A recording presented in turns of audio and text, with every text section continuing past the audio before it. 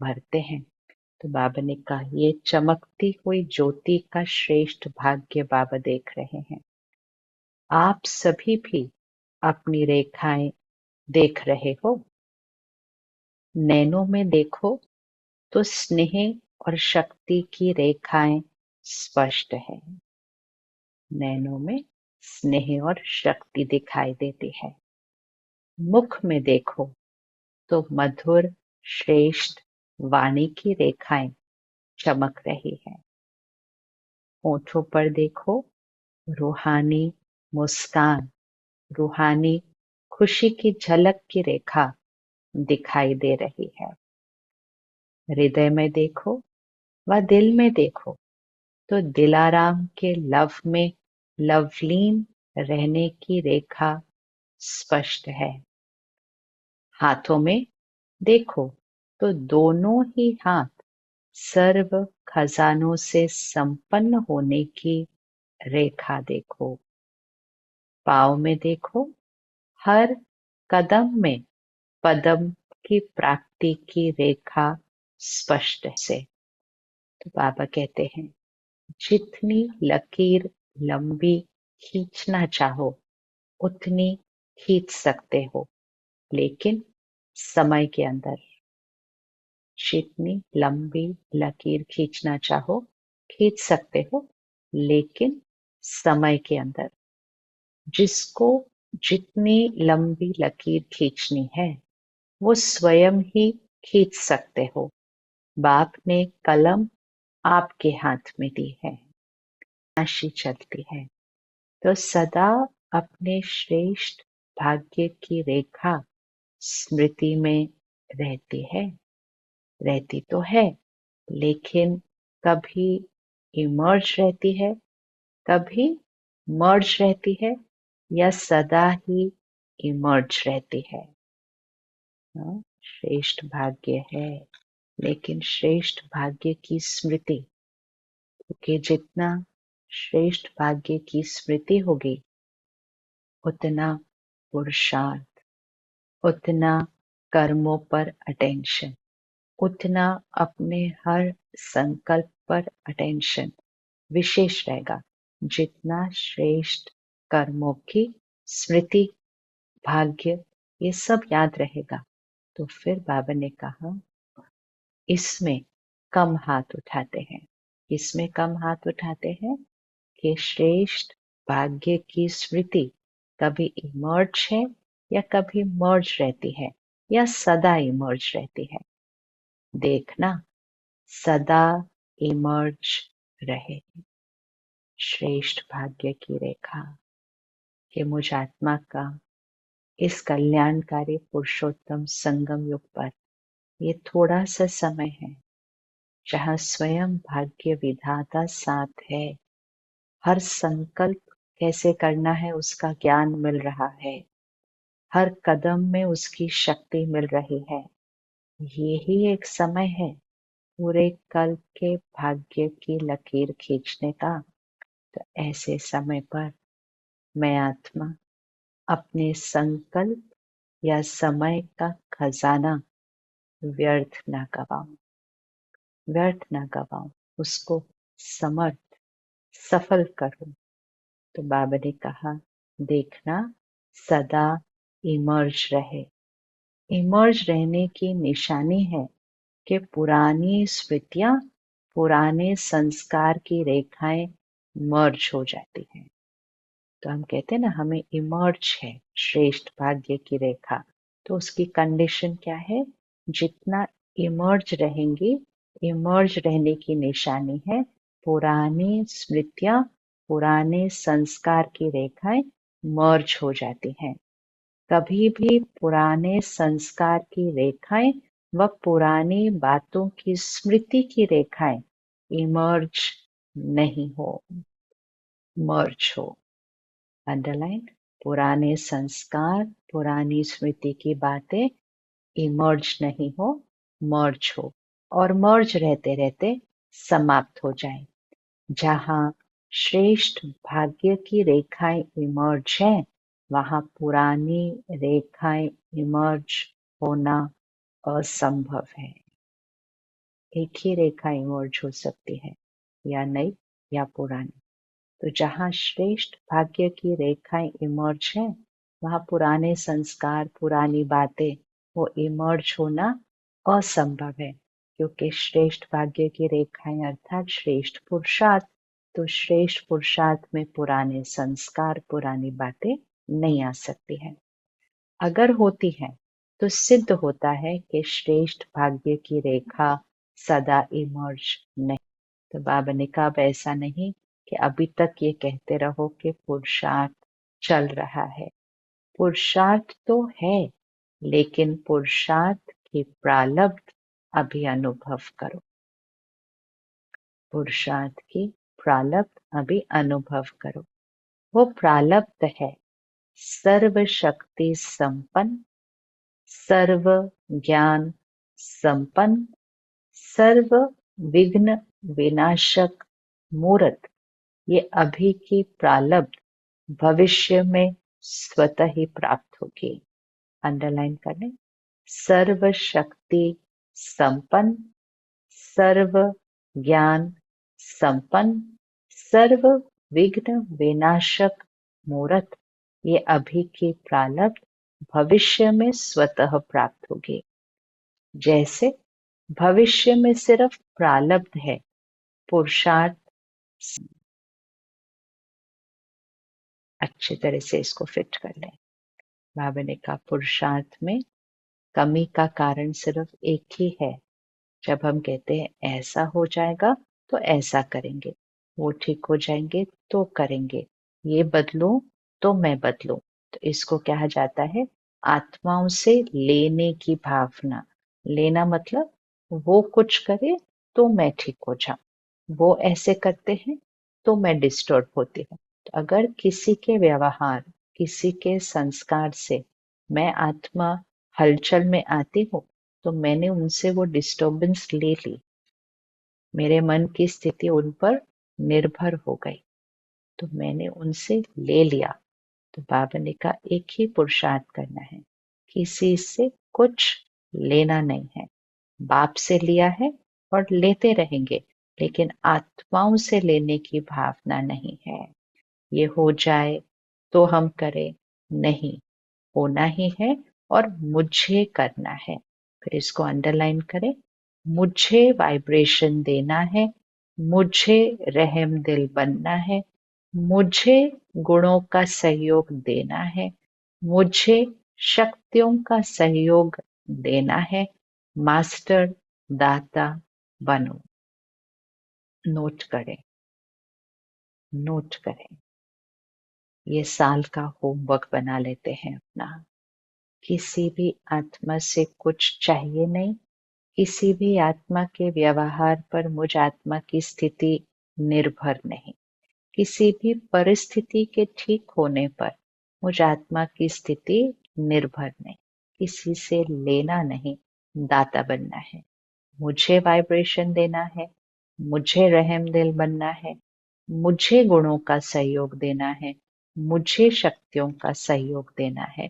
Master दाता बनो।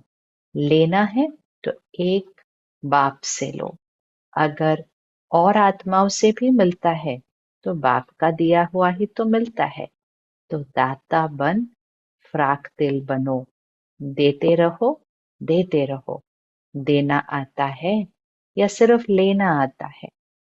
अब जो जमा किया है वो दो। अर्थात जब मैं आत्मा कमजोर होती हूँ तो मेरे पास शक्ति नहीं होती है किसी परिस्थिति में या व्यक्ति के व्यवहार में स्थिर रहने की। तो शक्ति कम होने के कारण मैं आत्मा उस पर निर्भर हो जाती हूँ। लेकिन ज्ञान, शक्ति, योग किया, ज्ञान भरा, पवित्रता का बल भरा, तो आत्मा की शक्ति क्या होती गई? बढ़ती गई। तो अब सिर्फ ये प्रैक्टिस करना है कि मैं आत्मा तो बहुत शक्तिशाली हूँ, सर्व खजानों से भरपूर हूँ, मैं परिस्थिति पर, व्यक्ति पर निर्भर नहीं। मैं दाता हूँ, वाइब्रेशन देने वाली, सहयोग देने वाली, शक्ति देने वाली, गुण देने वाली। मैं दाता हूँ, देते रहो। तो बाबा ने कहा देते रहो। अब जो जमा किया है वो दो। आपस में ब्राह्मण आत्माओं में भी मास्टर दाता बनो। और दे तो मैं दूं, नहीं, मुझे देना है। और दे तो मैं दूं, नहीं, मुझे देना है। खजाना है आपके पास, भरपूर है, गुणों से भरपूर है, शक्तियों से भरपूर है तो देते क्यों नहीं हो? अपने लिए छिपा कर रखा है क्या? जब खजानों से भरपूर हो तो देते जाओ। ये क्यों करता है, ये क्यों करता है, ये सोच नहीं करो। रहम दिल बन अपने गुणों का, अपनी शक्तियों का सहयोग दो। इसको कहा जाता है मास्टर दाता।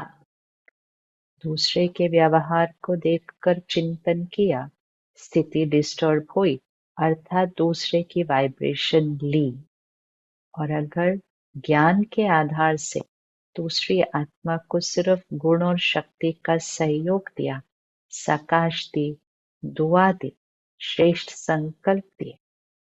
कुछ दिन पहले बाबा ने मुरली में कहा था, बस सिर्फ ये कहते जाओ बहुत अच्छा है, बहुत अच्छा है, बहुत अच्छा है। अब जैसे ही बहुत अच्छा है भी कहा, हमने उसकी एनर्जी अपने पास नहीं दी, बाबा की एनर्जी उसको दी के बहुत अच्छा है।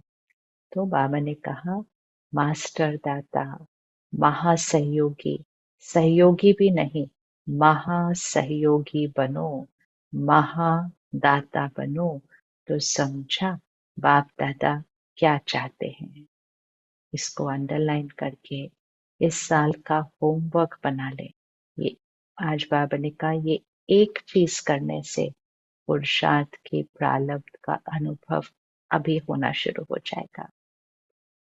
सारा दिन में क्या होता है, हम बाबा से योग लगाते हैं, मुरली सुनते हैं, ज्ञान शक्तियां अपने अंदर भरते हैं, हाँ, लेकिन सारा दिन में फिर लोगों के व्यवहार की वाइब्रेशन भी अपने अंदर ले लेते हैं। जैसे ही उनका चिंतन करते हैं तो हम उनके वाइब्रेशन भी यहाँ लेते हैं। तो सुबह चार्ज करते हैं, दिन में हम अपने को फिर नीचे लेकर आते हैं। लेकिन अगर हम हर एक के व्यवहार को देखते हुए उसको सिर्फ देते जाएंगे, तो फिर वो देते देते सबसे पहले हम भरपूर हो जाएंगे और उस आत्मा को सहयोग की शक्ति मिलेगी। तो बाबा ने कहा महासहयोगी बनो, महादाता बनो। तो समझा बाप दादा क्या चाहते हैं। इतना ही तीव्र पुरुषार्थ करना है। अगर ब्राह्मण है तो, अगर क्षत्रिय है तो छुट्टी है।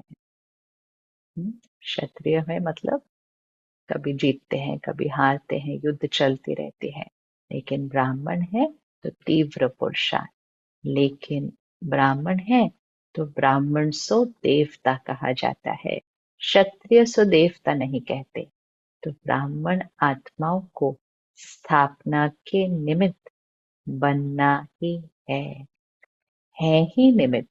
इसीलिए अभी मास्टर दाता बनो, अंडरलाइन करना है, मास्टर दाता बनो। आज बाबा ने कहा महासहयोगी, सिर्फ सहयोगी नहीं, महासहयोगी। दान नहीं करो लेकिन सहयोग दो। हाँ? कोई सीढ़ी चलते चलते नीचे गिरता है तो हम तुरंत उसको पकड़ते हैं, ये सहयोग देते हैं। कोई गिर रहा है उसको सहयोग देते हैं। ऐसे ही जब कोई गलत व्यवहार करता है, कोई ऐसा संस्कार कर्म में लेकर आता है, तो वो अपने संस्कारों में गिर रहा है। अब उसको गिरता देखकर अगर हम चिंतन करते हैं ऐसा क्यों किया, ऐसे कैसे कर सकते हैं, तो हम भी नीचे गिरते हैं। लेकिन अगर हमने उनको दुआ दी, सकाश दी, वाइब्रेशन दी, गुण और शक्ति का सहयोग दिया, तो हम उनको ऊपर उठाने में सहयोग दे रहे हैं। तो बाबा ने कहा दान नहीं करो लेकिन सहयोग दो। ब्राह्मण ब्राह्मण को दान नहीं करता है, सहयोग दे सकता है। तो क्या कहा? महादाता और महा सहयोगी बनो। आज बाबा ने दाता सहयोगी नहीं कहा, महादाता महा। इसके लिए यही जो आज सुनाया, अभी से प्रारब्ध स्वरूप में स्थित रहो। छोड़ो छोटी छोटी बातों को, अब ऊंचे जाओ। अंडरलाइन। छोड़ो छोटी छोटी बातों को, अब ऊंचे जाओ। इसको अंडरलाइन करें, इसको मंत्र बना लेते हैं। हम छोटी छोटी बातों में अटकते हैं। इसने ऐसा क्यों किया, इसको ऐसा नहीं करना चाहिए, इसको ऐसा करना चाहिए, ये ऐसा नहीं होना चाहिए। बाबा ने कहा छोड़ो, ये जीवन किसके लिए था, ये जीवन कहाँ पहुंचने के लिए है, और हम कहाँ अटक जाते हैं। तो बाबा कह रहे हैं छोड़ो छोटी छोटी बातों को, अब ऊंचे जाओ। विशेष प्रारब्ध स्वरूप का साक्षात्कार स्वयं भी करो और कराओ। Double underline. विशेष प्रारब्ध स्वरूप का साक्षात्कार स्वयं भी करो और कराओ। सतयुग में जो प्रारब्ध मिलने हैं, उसके स्वरूप का साक्षात्कार संगम युग पर सबको होगा। बाबा ने कहा वो पूज्यपन, वो देवी, वो दिव्यता का साक्षात्कार संगम युग पर होना चाहिए हमारी स्थिति से।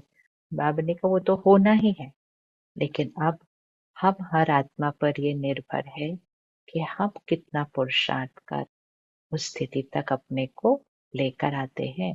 तो विशेष प्रारब्ध स्वरूप का साक्षात्कार स्वयं भी करो और कराओ। वरदान।